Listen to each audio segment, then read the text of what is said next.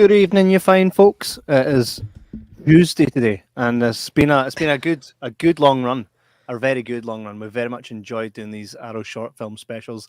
It feels like only yesterday we last spoke.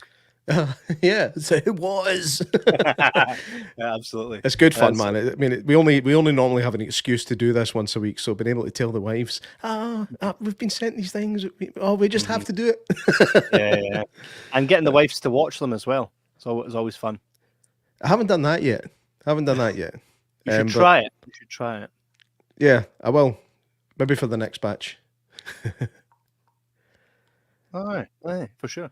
Hopefully there will be a next batch. So there usually always is. But the most recent one that we have watched, I always like to watch it before going live. That way we get an actual. It's fresh in your memory.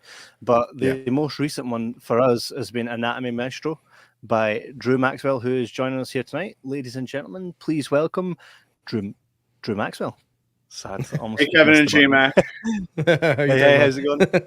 So nice to meet you guys, and I really appreciate this. Hey, ditto. And we absolutely love being able to speak to not only just interesting people, but interesting people with a talent that, I mean, you guys are the guys that create the stuff that we love. It's what brings us all together, isn't it? So for us, it's always a treat to have a guest on that's in the industry. But we always start off when we speak to someone like yourself asking, I'm not sure if you're already aware of this, but what are some of your favorite films? So I have so many favorite films. I'd say my 4 on Letterboxd right now are currently Wake in Fright, which is an Australian wild bonkers movie. Have you guys seen that? Nope. But it's gone on the list of things to watch. It's like a thriller about beer and gambling. It's incredible. Directed from the director of the original Rambo, his best film. So I'd say Wake in Fright, Ken Russell's The Devils. Yeah, I've not seen that. I've heard of it. It's very famous, but I've still to see that one as well. Incredible. Which I think it was banned in the UK for a bit. That's why I've heard of it. Yeah. I'd say Rear Window. Sonny and Jed, the Sergio Corbucci film. But, you know, I love everything like Robert Altman's Shortcuts, Clockwork Orange, Taxi Driver, the Godfather films. Then, you know, of course, the Dario Argento Giallo films, Tenebrae. And it varies, you know. One day I could watch, like a Noah Baumbach film. The next day, a Dario Argento film. That's a very eclectic mix. Yeah. It's good to be that way though. There's nothing worse than, you know, I've got a friend of mine who, like, he only watches action films. That's all he watches, and it's like, come on, man, just open your mind up a little bit. Let's watch something that's black and white. Open the palette. Yeah. You love it. Matthew Min actually comes in straight with a comment saying, really enjoyed the short, reminded me a wee bit of the Aussie movie The Loved Ones. I haven't seen that movie, but thank you, Matthew. I appreciate that. I love Australian cinema. As I stated, Wake in Fright is like my all-time favorite. It's terrific. Did you like the Wolf Creek movies? I was just going to say, there's only one of my favorite. I actually haven't seen them, but I know of them. And when I was a kid, it was marketed like crazy in America. And I think it did pretty well over here. Yeah. I mean, I think the first one's really, I mean, it's got its dark kind of funny moments, but the second one it leans so much more into the humor. Still very sick humor, but it's definitely worth a watch. I'm going to add those to my list. I've always wanted to see them. Yeah. It's like pre-streaming that movie too, because I think there's live streaming involved in the film, which is really cool and still resonates with the times of today, the unfortunate times. Yeah, definitely. Anyway, we're here to talk about your movie. So let's do that for a little while. So Anatomy Maestro. This was a curveball of a film, man. The phrase that went through my mind when I was watching it was, "It seems the tables have turned, Mr. Bond." So where did you get your inspiration to make this? So the way this movie came about it's pretty funny. It was put together very quickly, very fast. Actually, I owe this all to a childhood friend of mine, Lily Mars, who was the cinematographer of the film. And Lily and I, we've been friends since we were 10 years old. And she randomly reached out to me and she said, "Hey, I have this camera package with these lens for over the weekend. I would love to shoot something with you." And we've always wanted to work together. She's just, we've both been very busy. So I said, "All right, I'll try to write something 5-6 pages and let's try to shoot it." And that's really what happened. And it's actually a very low budget film. The camera package she had was a good package, but it was for free. I've known her for so long. And we've always wanted to work together. And it really brought back those memories of us playing as kids, whether it be or basketball. It was a tremendous ride. It was really wonderful. There were so many things that happened on this film. For example, the person I had for the lead actress, Zoe, she ended up getting very sick the day of the shoot. So I replaced an actor that we were shooting the surgery stuff on Friday night, and on Friday day I had lost the lead actress. And I contacted my friend Addie, who's also great, and she ended up owning that role and really doing it justice. Yeah, she definitely did. There's, I don't know. These are weird doing the interviews about short films. I mean, when it's a feature, you can kind of dance around the plot and not spoil too much. It's really hard to do that with the shorts because it's compressed into such a small amount of time. But the actor who plays what would be the killer, he's actually he's from Ireland, full on Irish. Oh, nice. Right. Yeah. Okay. Ed Malone. He was he was fantastic. There was little bits at the beginning that just when he was looking in the mirror and stuff, it reminded me of Henry, Portrait of a Serial Killer. Oh yeah, that movie's yeah, and it's definitely got a 70s, 80s feel about it. Oh, definitely, especially with the grain as well. Thank you. Yeah, those are the films that are the best. I really love those kinds of movies and wanted to do justice of a kind of a new age giallo film. Yeah, no, definitely is that. They have a couple comments here. Ev says powerful. Says I played a lot of doctors in my day. And Janice says, "Hey guys, I'm here." Hey Janice. Janice is over in Indiana. Yeah, she's a good American friend of ours.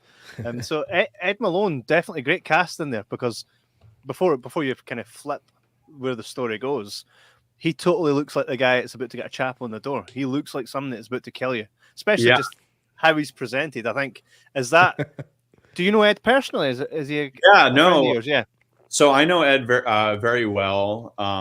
There's a film that I wrote the story for and I produced called Red Gloves, directed by my friend Santiago Saba, and it's doing very well in the genre horror festivals. And he was in that film actually as Cooper. And Santiago gave me the idea. He said, "What if you kind of do this little anthology thing where Cooper?" I love that. It's almost Cooper from a multiverse. I mean, to tell you the truth, Ed is like the sweetest guy ever. He's actually a comedian, and he's very funny, funny as hell. Nice. You could find his show on YouTube, Ed Malone Freak Show. And Ed and I, we grew up, we had a great bond on the set of Red Gloves, and I said I would love to work with you.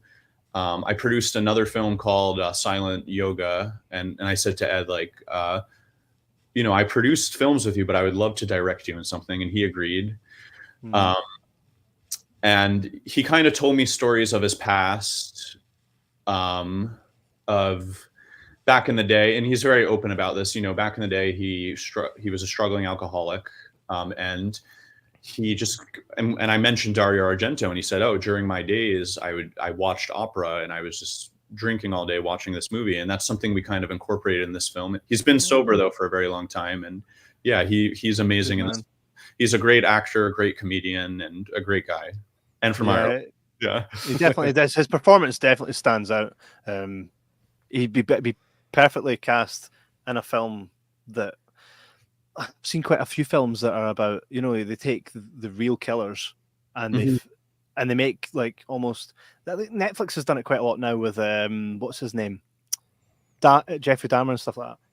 He'd be really good at playing a serial killer. He just has a really good. Oh yeah, vibe. for sure. And It's then, one of those things that you don't know if you take that as a I know, compliment or not. and the nicest way possible. Like what he brought to the role was great, because sometimes you know what I mean. Sometimes you can get a specific type of killer that just doesn't creep you out in the nicest way possible. Do you know what I mean? He's done it justice, is what. Oh, he he really did it justice. He owned that role, and he's amazing because in real life he really wouldn't hurt a fly. He's really that's what's perfect about it, I think. Do you know what I mean? Yeah, like I agree. There's a what's the word I'm looking for? There's like an inner child like vibe to him also that's there. Like you would get that either he is gonna like try and carve you up with a coat hanger, or he's just gonna like play with you. And I mean like where your train set. Do you know what I mean? There's a fondness there without him saying anything. For sure. Which again, there's not any lines in this at all, right? No, not at all. And he could play. I really believe if someone gave him any kind of role, he could play it. You know. Yeah. I could see him. Maybe not RoboCop. Actually, it'd be the perfect size for the suit, because apparently that. I mean, you can't put a big guy inside that suit. It looks ridiculous. Anyway, where was the decision to leave it dialogue free? I mean, it's not a silent film by any means, but it's dialogue free. Honestly, that was a budget thing, because great sound mixers are a little costly. Even if you get a discount, when you're making a short film like that, I feel it puts a lot into the budget. And I also realized, you know, Argento and a lot of the filmmakers who've made giallos, they dub them, like they do the sound after the fact in post. And I was like, well, let me try that out. I was very inspired by another filmmaker named Ben Brewer, who made Ben Brewer did VFX on Everything Everywhere All at Once. He just did the feature Arcadian, but he also made a short film called Folded Ocean. And in that film, I went to a live screening and he talked about it. And he used an app called Soundly, which is a sound design app. And it's a great app. It's like over 50,000 different sounds. And I used a lot of those sounds for this film with the use of sound design. I mean, I love dialogue, but also at the end of the day, you know, particularly for shorts, I love a good film without it. Yeah, I like when people do make certain sounds, like screams and laughs and things like that, the sound is disjointed from what you're actually seeing on screen, which adds like another element of just wildness to what you're actually watching. Let's go. What camera was this shot on? Actually, do you know what the camera was? Yeah.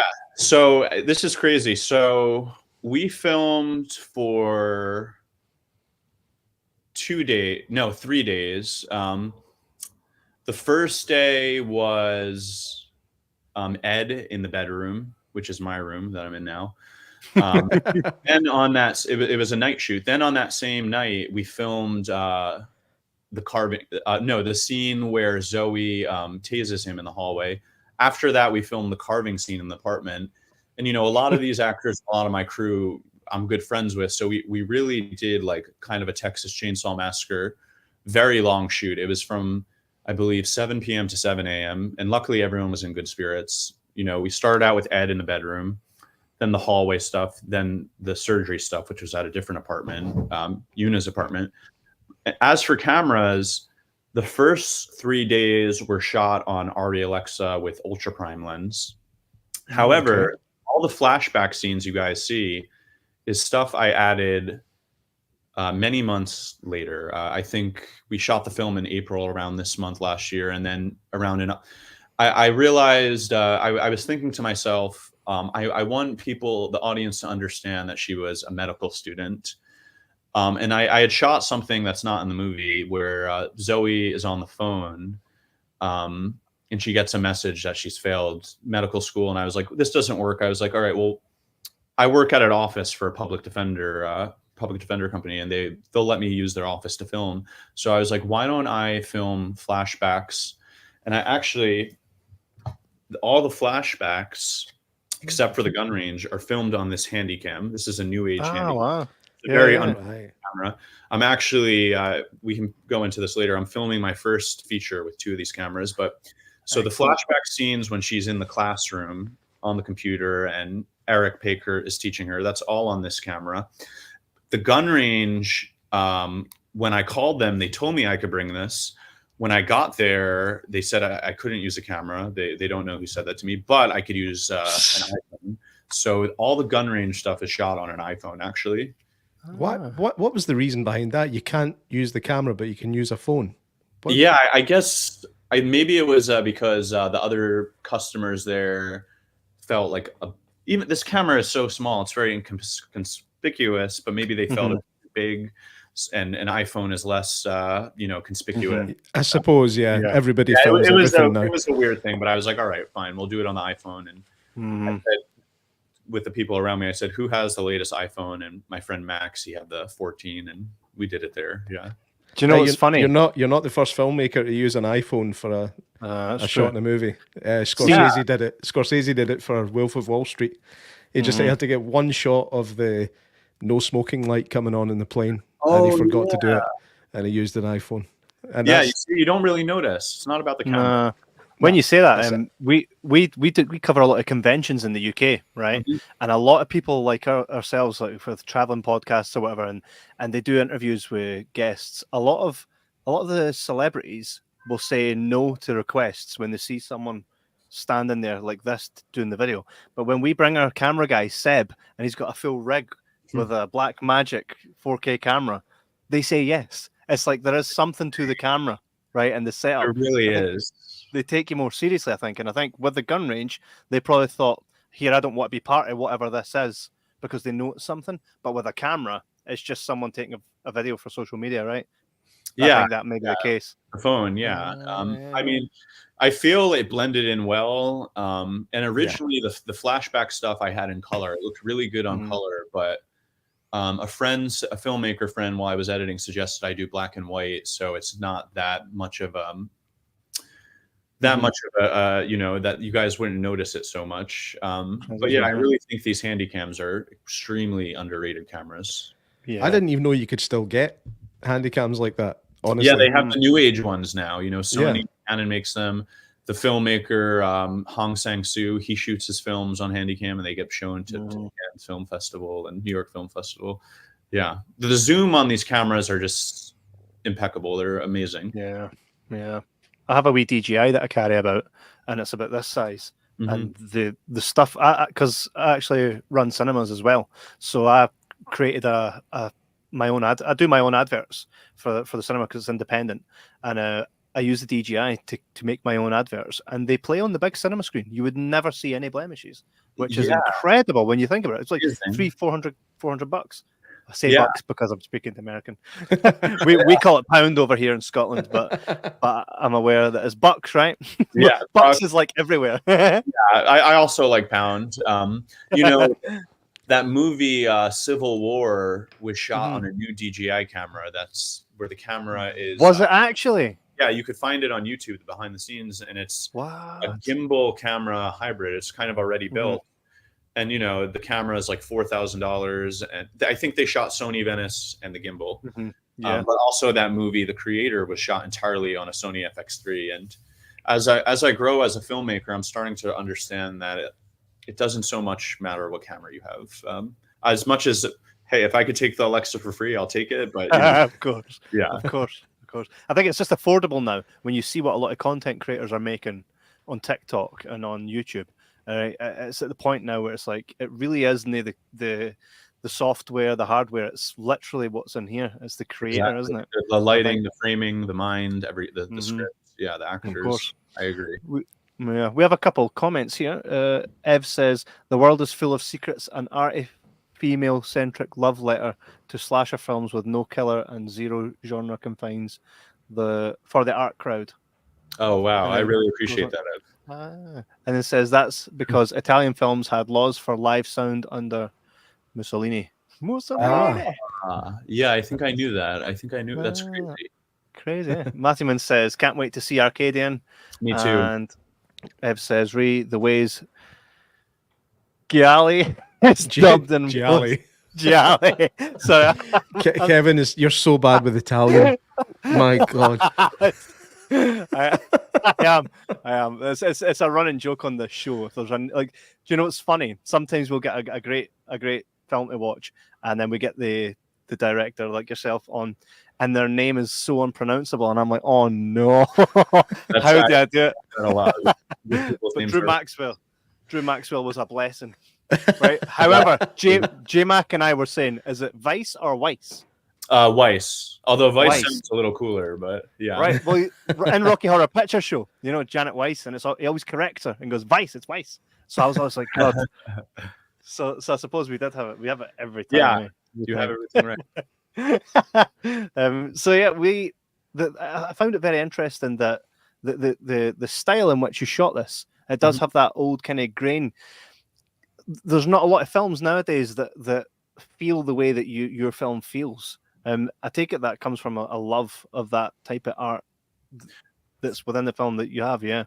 Yeah, for sure. I mean, you know, the movie was shot on digital, but as you know, with today's technology in post, you can do grain overlays. And I wanted to put some overlays because I really love the Giallo films. And also I was happy to shoot it on digital. I mean, 16 would have been wonderful, but I feel like we haven't seen a Giallo shot on digital in years. I mean, I know Dark Glass is the Dario Argento one, but I'm talking, I guess, about America, general public. And, you know, this is something I feel there should be there with digital technology. Giallos could look like candy, you know, and however, I still added that green, and I agree. I feel it's great to see grainy films, and it's something that's kind of neglected a little. Some filmmakers are doing it. And I know that movie, The Holdovers, that was also shot on digital. Yeah. Where they transferred it to 35 millimeter, then they threw overlays. So yeah, I'm a great appreciation of the grain. I feel it caters towards the grittiness of this movie, and kind of adds the pop to the colors. It's like the vinyl of film, right? Yeah, I'd say so. Yeah, absolutely. I go back and listen to some like Deep Purple records, and just putting the needle down and hearing the best starts. So there's just something to it. Eh? There's just really is something to it. And we added some of those in the needle drops of the film. I did hear that. I did. Yeah, it was very well put together. Eh? Thank you. Yeah. Going back to the sound, there's a sequence where a woman is eating spaghetti, and it was probably one of the most horrible sounds I've ever heard in my life. It reminded me of like early Peter Jackson stuff. Oh, cool! Like Bad Taste, stuff like that. Bad Taste, Brain Dead, stuff like that. It was just like a visceral. I mean, what sound can do to your spine when you're like just that horrible smooshing noise. I was like, oh, it's gross. Man. That's you eating a mawam. Mawam is a chewy. Yeah, you can't eat chewy sweeties and not sound like that. It's impossible. Yeah, that's just gonna happen, you know. If you ever need Foley sound, just get J-Mac to send you some audio recordings of him eating a mawam. Please do. I'm always looking for library. Yeah. How do you get a credit in a film for that chewing sound, J-Mac? It would probably be a Foley credit. Hey. Post down Foley, J-Mac. Mawam mouth. I would need to change. I would need to change my name to J. Maxwell Foley. There you go. There you go. Janice says vinyl has made a comeback here recently. Well, I think it has for the last. Yeah, it has for quite some time now, isn't it? Yeah, maybe like 2012, 2010. Yeah, I won't buy new vinyl. I'll only buy vinyl that's in a shop that someone's sold it on. Do you know what I mean? I like the old stuff. And then I'm not into buying like a new Lady Gaga album on vinyl. Screw of course. There's so many thrift stores in New York that provide all those old editions and all that great stuff. There's history with it. Yeah, there is a nice history. It's really nice to have it. Yeah, for sure. Again, just going back to your stylistic choices, I mean, it really, I mean, obviously you shot in New York and it looks like it's the 80s or 70s. So I was getting feelings of like Taxi Driver and even Driller Killer came into my mind for some reason. Driller Killer. That's definitely an influence. Yeah. Yeah. Although I will have to admit, I hated Driller Killer. I thought it was a terrible movie, but wasn't it worse than the dummy? The style was awesome. Yeah, the style is the star of that movie, and I think Miss 45 is a way better movie. But I guess there's little things in Driller Killer that I like. Yeah, it's bonkers though. I agree. Yeah, so's Anatomy Maestro. It's pretty bonkers, man. Yeah, and the nicest way. We had such a blast making that film, and I was focusing on a highly stylized aspect of the movie, and we wanted the colors to feel like candy, the pink jacket. And I sent Addie a reference of like, I wanted her to have some kind of leather jacket for texture. And I wanted pink, and she found that at a thrift store, and I sent her the money to get it. And it was great. Yeah. She put together a lot of like her night outfits. The one that I put together was the surgery outfit, but she put together that like going out outfit and the outfit in the school scene, which if you notice, her outfit is kind of similar to Ed's outfit. And real quickly, I just want to mention the woman eating spaghetti is a Russian actress named Yuna, who I was doing another film, and we were going to film in her apartment because she said my apartment is very old, it has a style. And she sent photos. And so, yeah, all the locations for this film are free. And pretty much what went into the budget was the special effects blood, the gun range, and feeding the cast and crew, and safety rides. Pretty much everything else was done, and some of the wardrobe and some of the props, but it was done for a very low budget. Yeah. Very quickly. The script, like 3 days. Yeah. Sorry. What were you? I saw. You say, J-Mac? Yeah, sorry. I was just going to ask what your budget was, if I could be so bold. Yeah, absolutely. I think the budget was around, all in all, the reshoots came in later. I'd say probably 1,600 or 1,700. Yeah. So 1,600, 1,700. But you got to remember that the camera and stuff I already had for free as a package, and the actors I'm friends with, so they helped and did it for free, and they really wanted to do it. So yeah. It's amazing what you can do with such a small amount of money now, especially if you've got a lot of friends that are talented enough to be in your projects. So it sounds like you've been doing this for quite a while. As you said, you've produced a few different movies and stuff. I mean, how many have you been involved in? Oh man. So I've directed a lot of short films, and again, some of them are like Anatomy Maestro, where like a cinematographer will reach out and say, "Hey, I have this camera, I want to shoot something." A lot of these shorts have been put together super, super quick, super cheap. I believe IMDb, I've directed around 16 short films, and I've produced around 5 shorts. Some of them aren't on IMDb. Some of them are still in the works. I direct, but I'm a very good producer in terms of just resources and putting a movie together in the most efficient, affordable way. And I've produced for some friends, but honestly, I really love directing, and that's, I guess, where my focus is. So I'd say, about 16 short films, but some of them very, very low budget. Right. Okay. That's where you cut your teeth, though, right? Yeah. It's great. Before we let you go, is there anything you would like to tell us about Nights of Night? Oh, thank you. Yeah. So right now, I'm making this gonzo. It's how can I put it? It's kind of like The Warriors meets Fast Times at Ridgemont High meets Clockwork Orange. Amazing. By the way, sorry to interrupt you there, right? But if you're obviously, I see that it's not finished You've not wrapped it yet. No, right? We have so much more to shoot. Yeah. Good friend of ours, G-Tom Mac, actually has a song in Fast Times at Ridgemont High, and he also, Cry Little Sister for Lost Boys. I don't. I've seen the film, but yeah. So the main theme for it, that's him. So he's done films. He's put music to so many different films. If you're a big fan of Fast Times at Ridgemont High, I suggest that we connect you both, and maybe he could put some music to your film. He just done one called Pig Killer. You know the film Pig Killer? Was that one of the ones that was shown at like? Let me see. Was it shown at Sundance or something? Or I think so. Yeah. Well, G-Ton Mac done the full score and the music to that. I mean, G-Ton Mac, he's the like a musical chameleon.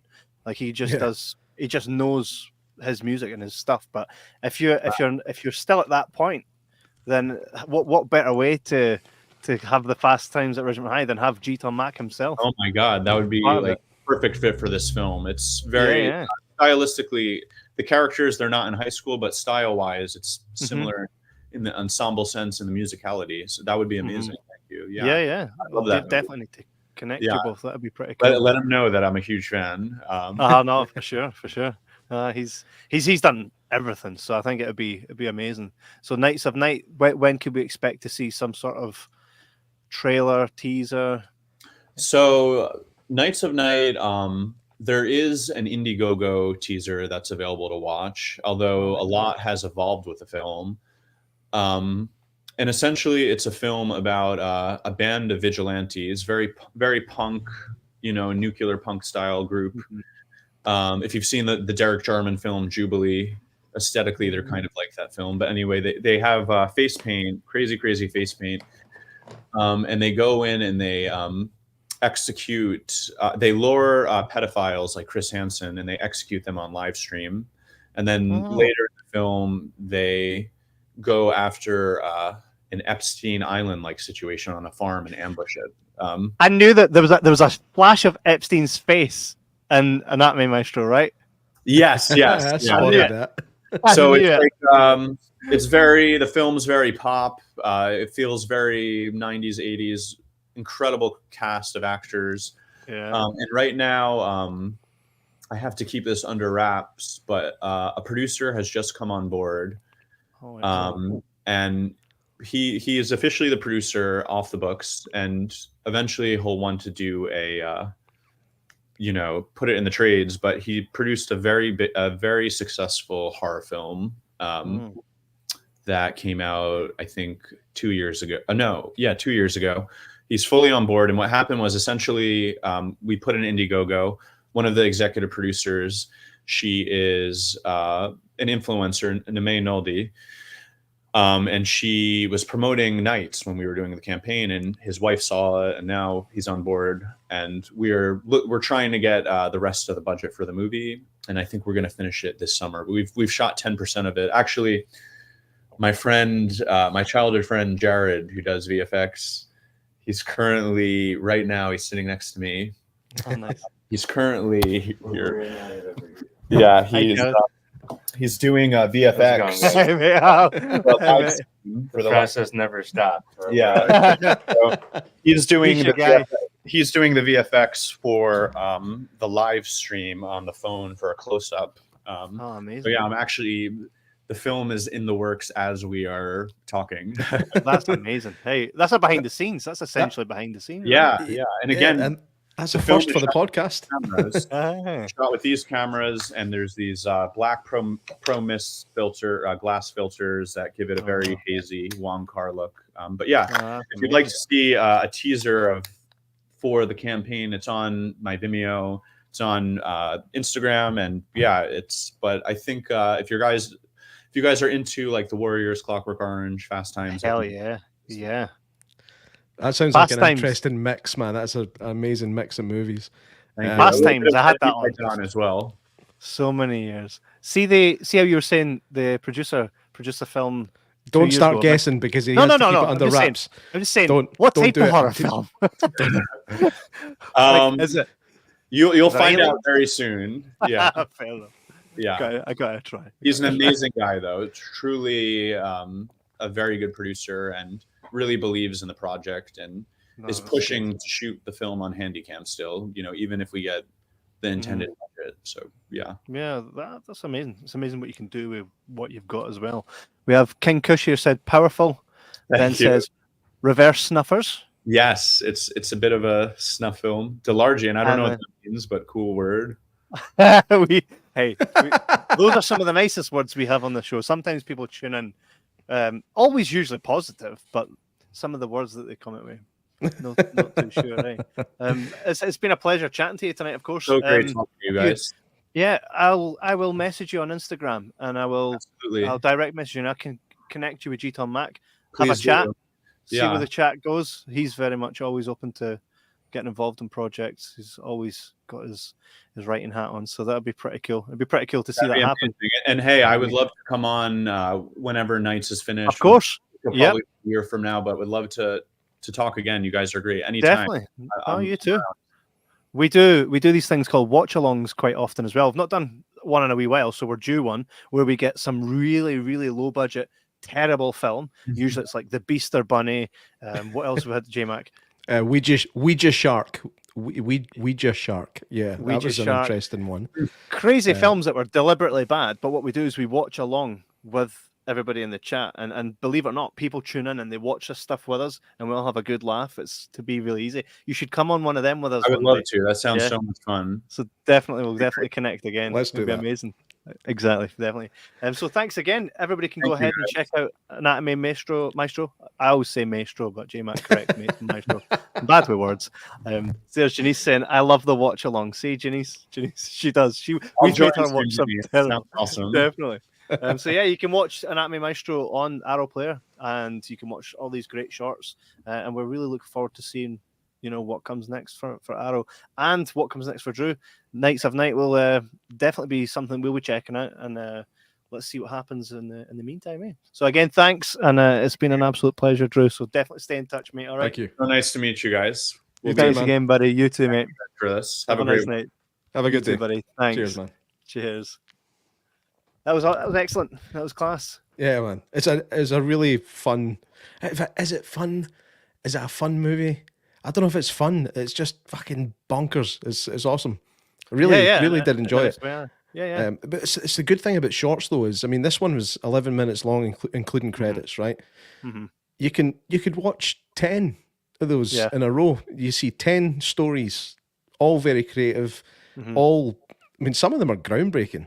Really, I know. Not like that. What I like about it as well is the fact that they install a little here, like a great concept, but it leaves you wanting more because you've seen the initial idea of something.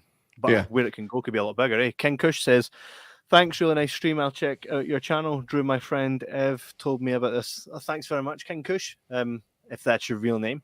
We're here every Sunday live. This week we've been live nearly every night with these Arrow short films, and we've had the opportunity to speak to some really amazing people, really talented people. A huge thanks to everybody at Arrow, everybody at Fetch for hooking us up with this, and of course, if anyone has any films, anybody they'd like us to chat to, anything interesting, especially when it comes to films and pop culture, that's what we're all about, especially films. We're every Sunday talking about one film or another.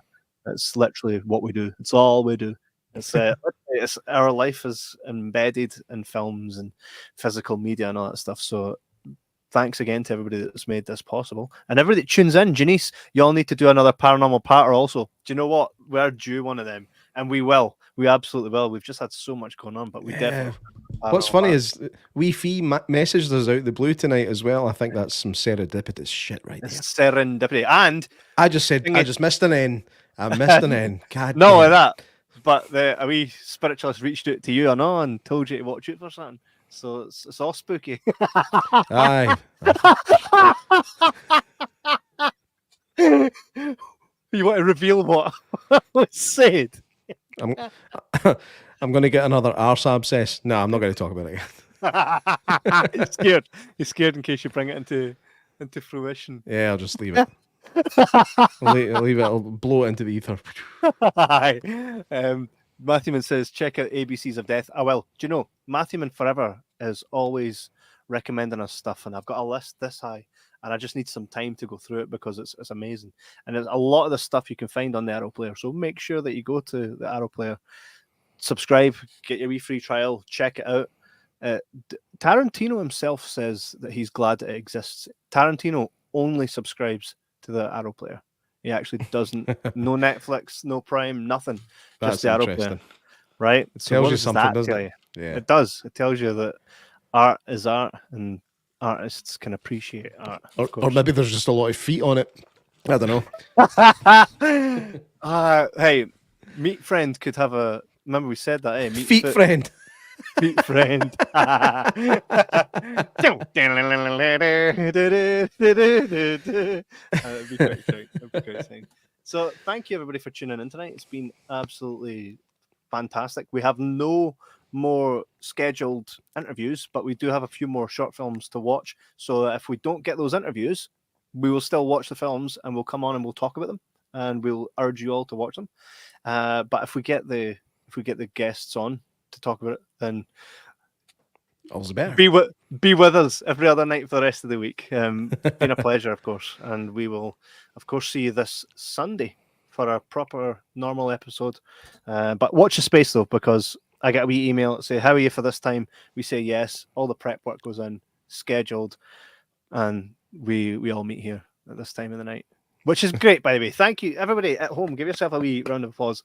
Like it's so appreciated that there's so many of you here tonight to actually tune in when you could be doing anything. You could be watching something on Netflix right now. Instead, you're here tuning in for this, which is amazing. And the support to all the indie filmmakers and Arrow players is brilliant. So make sure you follow them on social media. Make sure you just do what you can do. Eh? Quick question. Asking for a friend. What are we doing on Sunday? You'll see when I'll declare it when it goes live, and you'll just like every other week, J-Mac. I'll put it up and you'll see it. All right, that's what we're doing. Cool. Don't worry, you'll have plenty of time to prep all that. I've got you should see all my prep here. Mine is so easy, man. I watch a film, I take notes, and that's all I have to do. Oh no. Yeah, no. you're a great producer, director. Thanks, man. Creative. Thanks, man. and you're a great J-Mac too. I'm just kidding. I'm just kidding. But again, thanks everybody for tuning in tonight. It's been amazing. And if you are new to the show, feel free to hit the subscribe button. You can also find this episode as soon as we say goodbye tonight. It exists here forever. You can also check us out, Audible, Spotify, everywhere. Share it with your friends if you liked it. If not, just leave us a horrible review. Tell us how crap we were, and we'll just laugh at it. Because life's we'll read it out in the show. Let's do that. For sure. Life's far too serious enough without getting bummed down like trolls or nothing. But we don't even get any trolls. That's the thing. I'm not sure if that's a good thing or a bad thing. We don't actually get any trolls. Is it because we're so insignificant? I did. Remember that dickhead that kept coming on, just giving me abuse? And still no idea who he was. I know, but I think it's because I had to block him. That's the only reason he doesn't come on now. But he had something in for you, like, he just did not like you. I mean, how can you not like this? Prick. True. Janice says, have a good night, y'all. Love y'all. Janice, our sentiments to you and everybody watching tonight. Thank you guys again. Make sure you go ahead and do exactly what I said. Do what I say. Definitely show your support to all the brilliant creators, and we will see you guys, if not before Sunday, we'll see you guys Sunday night, where we will be back with another live show. Oh, I was trying to wrap up there, but Matthew Moon came in. Right, I'm going to set up another account for Sunday for the trolling. So it was him that we blocked. You're right. One thing we'll never do is block Matthew Moon. Thanks again, guys, and we will see you Sunday at the latest. Yeah. See you then. See you later, guys. Take it easy. Goodbye.